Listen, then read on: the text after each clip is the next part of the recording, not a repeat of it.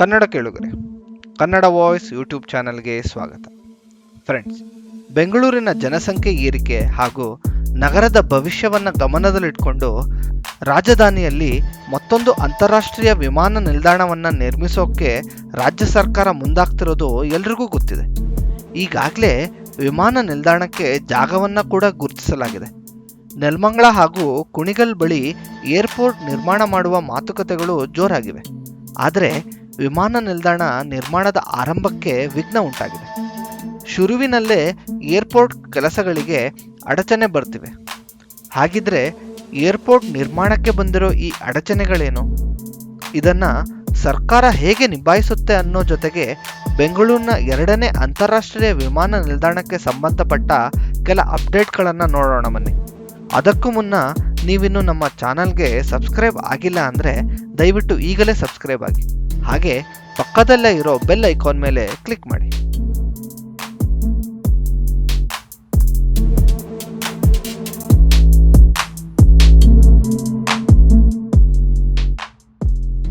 Friends, ಈಗಾಗಲೇ ವಿಮಾನ ನಿಲ್ದಾಣ ಎಲ್ಲಿ ನಿರ್ಮಾಣ ಆಗುತ್ತೆ? ಬೆಂಗಳೂರಿಗೆ ಈ ವಿಮಾನ ನಿಲ್ದಾಣ ಯಾಕೆ ಅವಶ್ಯಕವಾಗಿದೆ? ಇದರಿಂದ ರಾಜ್ಯದ ಜನರಿಗೆ ಹೇಗೆಲ್ಲ ಅನುಕೂಲವಾಗಲಿದೆ ಅನ್ನೋ ಬಗ್ಗೆ ವಿಮಾನ ನಿಲ್ದಾಣದ ಹಿಂದಿನ ವಿಡಿಯೋದಲ್ಲಿ ಹೇಳಿದ್ದೀವಿ. ನೀವು ಈ ವಿಡಿಯೋ ನೋಡಿಲ್ಲ ಅಂದರೆ ಈ ವಿಡಿಯೋದ ಡಿಸ್ಕ್ರಿಪ್ಷನ್ ಬಾಕ್ಸ್ನಲ್ಲಿ ಲಿಂಕ್ ಇರುತ್ತೆ, ಅದನ್ನು ನೋಡ್ಬೋದು. ಇಂದಿನ ವಿಡಿಯೋದಲ್ಲಿ ವಿಮಾನ ನಿಲ್ದಾಣ ಕೆಲಸ ಶುರುವಾಗಿದೆಯಾ? ಹಾಗಿದ್ರೆ ಯಾವ ಹಂತದಲ್ಲಿದೆ? ಕೆಲಸಗಳಿಗೆ ಒದಗಿರೋ ವಿಘ್ನಗಳೇನು? ಸರ್ಕಾರದ ಮುಂದಿರೋ ಸವಾಲುಗಳೇನು ಅನ್ನೋ ಬಗ್ಗೆ ಡಿಸ್ಕಸ್ ಮಾಡ್ತಾ ಹೋಗೋಣ.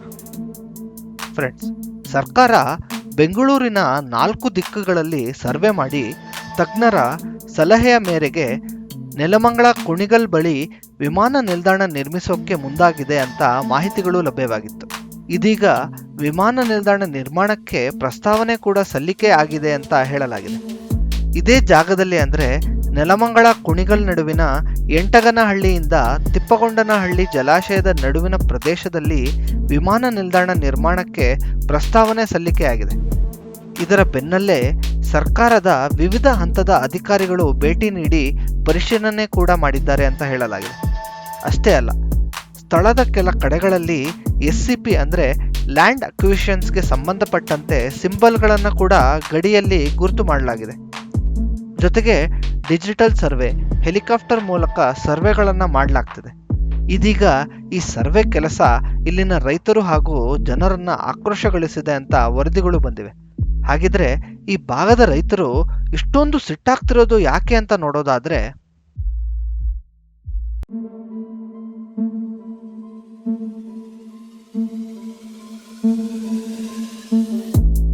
ಫ್ರೆಂಡ್ಸ್, ಯಾವುದೇ ವಿಶಾಲವಾದ ನಿರ್ಮಾಣ ಆಗ್ಬೇಕಂದ್ರೆ ಅದಕ್ಕೆ ದೊಡ್ಡ ಜಾಗ ಬೇಕೇ ಬೇಕು.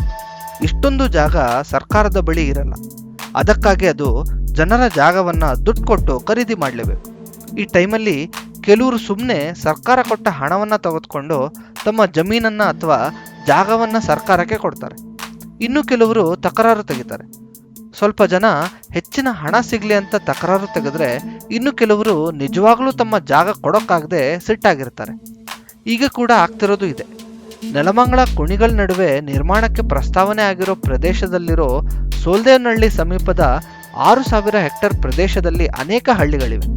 ಅಲ್ಲದೆ ವಿಮಾನ ನಿಲ್ದಾಣಕ್ಕೆ ಪ್ರಸ್ತಾವನೆಯಾಗಿರೋ ನೆಲಮಂಗಲ ಕ್ಷೇತ್ರದಲ್ಲಿ ಹೆಚ್ಚಿನ ಪಾಲು ಫಲವತ್ತಾಗಿರುವ ಕೃಷಿ ಭೂಮಿಯಾಗಿದೆ. ಅಲ್ಲದೆ ತಿಪ್ಪಗೊಂಡನಹಳ್ಳಿ ಜಲಾಶಯದ ಭಾಗ ಕುಮದ್ವತಿ ಹಾಗೂ ಅರ್ಕಾವತಿ ನದಿಗಳ ಸಂಗಮವಾಗಿದ್ದು ಹಸಿರು ವಲಯವಾಗಿದೆ. ಹೀಗಾಗಿ ಇಲ್ಲಿನ ರೈತರು ಎಂದಿಗೂ ಅವರ ಭೂಮಿ ಭೂಸ್ವಾಧೀನ ಆಗೋದಿಲ್ಲ ಅನ್ನೋ ನಂಬಿಕೆಯಲ್ಲಿದ್ದರು. ಆದರೆ ವಿಮಾನ ನಿಲ್ದಾಣ ನಿರ್ಮಾಣಕ್ಕೆ ಸಂಬಂಧಪಟ್ಟಂತೆ ಈ ಭಾಗಗಳಲ್ಲಿ ಹಾಕಿರೋ ಸೈನ್ ಬೋರ್ಡ್ಗಳೇ ಜನರ ಆತಂಕಕ್ಕೆ ಕಾರಣವಾಗಿದೆ. ತಮ್ಮ ಕೃಷಿ ಭೂಮಿ ಕೈತಪ್ಪಿ ಹೋಗುತ್ತೆ ಅಂತ ರೈತರು ಆಕ್ರೋಶಗೊಂಡಿದ್ರೆ, ತುಂಬಾ ವರ್ಷಗಳಿಂದ ವಾಸ ಮಾಡ್ತಿರೋ ತಮ್ಮ ಗ್ರಾಮಗಳು ಕೈತಪ್ಪಿ ಹೋಗುತ್ತವೆ ಅಂತ ಜನರು ಆತಂಕಗೊಂಡಿದ್ದಾರೆ ಎನ್ನಲಾಗಿದೆ. ಹೀಗಾಗಿ ಜನರು ಆಕ್ರೋಶಗೊಂಡಿದ್ದು, ಒಂದು ವೇಳೆ ಪ್ರಾಣ ಕೊಡ್ತೀವಿ ಹೊರತು ಭೂಮಿಯನ್ನ ಮಾತ್ರ ಕೊಡೋಲ್ಲ ಅಂತ ಹೇಳಿದ್ದಾರೆ ಅಂತ ವರದಿಗಳಲ್ಲಿ ತಿಳಿದು ಬಂದಿದೆ. ಅಲ್ಲದೆ ಈ ಭಾಗದಲ್ಲಿ ವಿಮಾನ ನಿಲ್ದಾಣ ನಿರ್ಮಾಣ ಮಾಡದಂತೆ ಆಗ್ರಹಿಸುತ್ತಿದ್ದಾರೆ. ಅಷ್ಟೇ ಅಲ್ಲ, ಈಗಾಗಲೇ ನೆಲಮಂಗಲ ಶಾಸಕ ಎನ್ ಶ್ರೀನಿವಾಸ್ ಸೇರಿದಂತೆ ಕೆಲ ಶಾಸಕರು ನೆಲಮಂಗಲದ ಬದಲು ಬೆಂಗಳೂರು ದಕ್ಷಿಣದಲ್ಲಿ ವಿಮಾನ ನಿಲ್ದಾಣ ನಿರ್ಮಿಸುವಂತೆ ಮುಖ್ಯಮಂತ್ರಿಗಳಿಗೆ ಮನವಿ ಮಾಡಿದ್ದಾರೆ. ಇದರ ಜೊತೆಗೆ ಡಿಸೆಂಬರ್ 5ರಂದು ಹಿರಿಯ ನಟಿ ಲೀಲಾವತಿ ಅವರ ಸ್ಮಾರಕವನ್ನ ಲೋಕಾರ್ಪಣೆ ಮಾಡೋಕೆ ಆಗಮಿಸುತ್ತಿರುವ ಡಿ.ಕೆ. ಶಿವಕುಮಾರ್ ಅವರಿಗೆ ಸೋಲ್ದೇವನಹಳ್ಳಿ ಭಾಗದ ರೈತರು ನೆಲಮಂಗಲ ಸಮೀಪದಲ್ಲಿ ಏರ್ಪೋರ್ಟ್ ಮಾಡದಂತೆ ಮನವಿ ಸಲ್ಲಿಸಿ ಒತ್ತಾಯ ಮಾಡಲು ಸಿದ್ಧತೆ ಮಾಡಿಕೊಂಡಿದ್ದಾರೆ ಅಂತ ಹೇಳಲಾಗಿದೆ.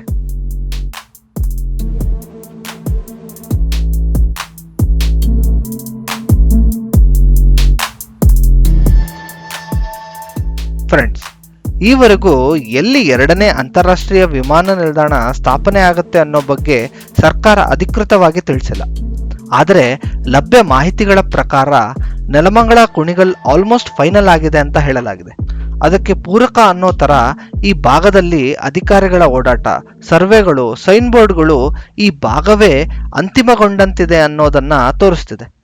ಇತ್ತೀಚೆಗೆ ಬೆಂಗಳೂರಿನಲ್ಲಿ ನಡೆದ ಮನಿ ಕಂಟ್ರೋಲ್ ಗ್ಲೋಬಲ್ ಎಐ ಕಾನ್ಕ್ಲೇವ್ನಲ್ಲಿ ಏರ್ಪೋರ್ಟ್ ನಿರ್ಮಾಣದ ಕುರಿತು ಬೃಹತ್ ಮತ್ತು ಮಧ್ಯಮ ಕೈಗಾರಿಕೆ ಹಾಗೂ ಮೂಲ ಸೌಲಭ್ಯ ಅಭಿವೃದ್ಧಿ ಖಾತೆ ಸಚಿವ ಎಂಬಿ ಪಾಟೀಲ್ ಮಾತನಾಡಿದ್ದಾರೆ. ಬೆಂಗಳೂರಿನ 2ನೇ ವಿಮಾನ ನಿಲ್ದಾಣ ಯೋಜನೆ ಕುರಿತು ಭಾರತೀಯ ವಿಮಾನ ನಿಲ್ದಾಣ ಪ್ರಾಧಿಕಾರಕ್ಕೆ ಕರ್ನಾಟಕ ಸರ್ಕಾರ ಸದ್ಯದರಲ್ಲೇ ಪ್ರಸ್ತಾವನೆ ಸಲ್ಲಿಸಲಿದೆ ಅಂತ ಹೇಳಿದ್ದಾರೆ.